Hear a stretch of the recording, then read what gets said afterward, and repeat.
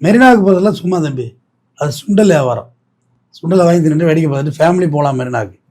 நான் சொல்கிற இடத்துக்கு நீ அப்படி போயிட முடியாது. ப்ரைவேட் பீச்சஸ் அதெல்லாம் வந்து வேற லெவலில் இருக்குல்ல, காசு நிறைய செலவாகும். குழந்தைங்களோட போனாலே ஒரு 5000 ரூபாயோ 3000 ரூபாய் செலவாயிடும். குறைஞ்சது தேட்டருக்கு போனாலே வைக்கிறாங்க தம்பி, டப்பா நிறையா பாப்கார்ன் வைக்கிறாங்க. ஐயோ நம்ம புள்ள தான் திங்குது, இருந்தாலும் இது போய் 300 ரூபாயா? எனக்கு நம்ம புள்ள திங்குதுங்கிறத தாண்டி எனக்கு இது 300 ரூபாயா? இவர் ஒர்த்து என்னடா? வெளில வந்து அந்த 10 15 ரூபாடா. பப்ஸ் என்னடா 120 ரூபா? வெறும் 10 ரூபா தான்டா வெளில பப்ஸு. அந்த நான் ஃபினான்சியலாகவும் பார்க்குறேன் இந்த விஷயத்த.